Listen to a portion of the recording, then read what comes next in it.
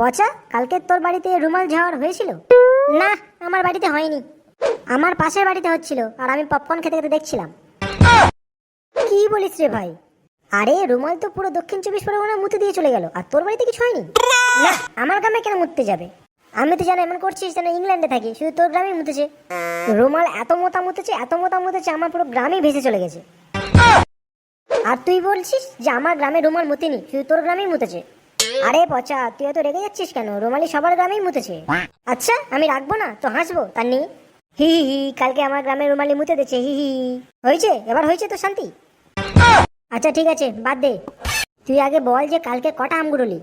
আরে ভালো কথা বলেছিস। কালকে আমি সোনালিদের বাড়ি গিয়েছিলাম আম গুড়োতে। 1 ঘন্টা ধরে আম খুঁজলাম, কিন্তু একটাও আম পেলাম না। আরে পচা, পাবি কি করে আম? তুই তো 1 মাস আগেই আমের বিচি দিয়ে সমস্ত আমগুলো পেরেই নিয়েছিলিস, তো নিশ্চয়ই গাছে গোড়ায় শুধু বিচিগুলোই পড়েছিল। হ্যাঁ ঠিক বলেছিস, তাই জন্য বলি শুধু আমের বিচিগুলোই কেন নিচে পড়ে আছে। আরে জানিস, কালকের আমার সাথেও আমগুলোতে গিয়ে ময়ে ময়ে হয়ে গিয়েছে। কেন রে, কি হলো তোর সাথে আবার?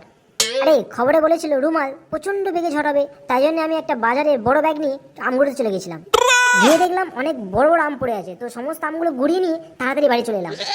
আর পরের দিন সকালে দেখলাম ওগুলো আমই নয়, ওগুলো সব বাতাবি লেবু। আর যাদের কাছে আমগুলোতে গিয়েছিলাম তাদের কোনো আম গাছই ছিল না। আরে স্যার আসছে, স্যার আসছে, সবাই সামনে থাকা, সামনে থাকা। Good morning sir. Good morning, good morning. সবাই বসে পড়ো। তোমরা সবাই ঠিকঠাক আছো তো? তোমাদের ঝড়ে কোনো ক্ষতি হয় না তো? স্যার আমাদের সেরকম কোনো কিছু হয়নি, কিন্তু স্যার পচার গ্রামের জলে রুমাল ভেসে গিয়েছে। মানে স্যার রুমালের বৃষ্টির জলে পচাদের গ্রাম ভেসে গিয়েছে। ঝড়ের নাম হচ্ছে রেমাল, রুমাল নয়। স্যার রুমালক আর রেমালক ওটা বড় কথা নয়। বড় কথা হলো কি স্যার, আমাদের গ্রামটা পুরো মুতে ভাসিয়ে দিল। মুতে দিয়েছে? এইসব কিসব ভাষা ব্যবহার করছিস তুই? কেন স্যার, মুত কাকে বলে? যখন প্রয়োজনের থেকে বেশি জল আমাদের শরীর থেকে বার হয়ে যায় তাকে আমরা মুত বলি। ঠিক তেমনই রুমাল বঙ্গোপসাগর থেকে প্রচন্ড বেশি পরিমাণে জল খেয়েছিল, আর আমাদের গ্রামে গিয়ে অতিরিক্ত জলটা বার করে দিয়েছিল। তা আমরা কি বলতে পারি না যে রুমাল আমাদের গ্রামে মুতে দিয়েছে? বাবারে বাবা, এ তো খুবই সাংঘাতিক ছেলে। আচ্ছা ঠিক আছে, বাকিরা তোরা সব বল, তোদের কি খবর? মায়া, তোদের কি খবর? তোদের কি কি ক্ষতি হয়েছে? স্যার আমাদের সেরকম কোনো কিছু ক্ষতি হয়নি, শুধুমাত্র একটা জানলার কাঁচ ভেঙে গিয়েছে। বাহ, খুব ভালো, তোমাদের কোনো ক্ষতি হয়নি, খুবই ভালো কথা। অপু, তোর কি খবর? স্যার খবর কলকাতা, অপু মল। তুই কি নিজেকে রিপোর্টার মনে করছিস নাকি? তোকে বলা হয়েছে বলতে যে রেমালে তোদের কতটা ক্ষতি হয়েছে সেটা বল। স্যার 10টা আম গাছ, 12টা নারকল গাছ, 20টা কলা গাছ, 5টা লেবু গাছ সব ঝড়ে পড়ে গিয়েছে। না স্যার, থাকলে পড়ে যেত, আমাদের তো কিছুই ছিল না, তাই কিছুই পড়েনি।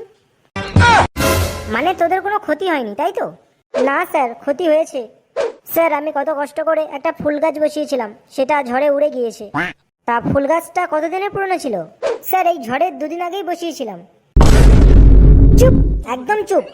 কি সাংঘাতিক ছেলে রে বাবা, তোরা দুজনে একদমই কোনো কথা বলবি না, বুঝলি? অপু অ্যান্ড পচা দুজনেই চুপ করে থাকবি। শান্তনু তুই বল, তোদের কি ক্ষতি হয়েছে? স্যার আপনার মনে আছে আমাদের বাড়িতে একটা বড় মতো আম গাছ ছিল, আপনাকে ওই গাছের আমও খাইছিলাম, খুবই সুস্বাদু ছিল। হ্যাঁ হ্যাঁ মনে আছে, মনে আছে। কেন ওই গাছটা পড়ে গেছে নাকি? না না স্যার, ওই গাছের কিছু দূরে একটা গোলাপ গাছ ছিল। আচ্ছা, গোলাপ গাছটা পড়ে গিয়েছে নাকি? না স্যার, ওই গোলাপ গাছের গোড়ায় বাবা 1 বান্ডিল বিড়ি রেখেছিল, সেটাই ঝড়ে উড়ে গিয়েছে।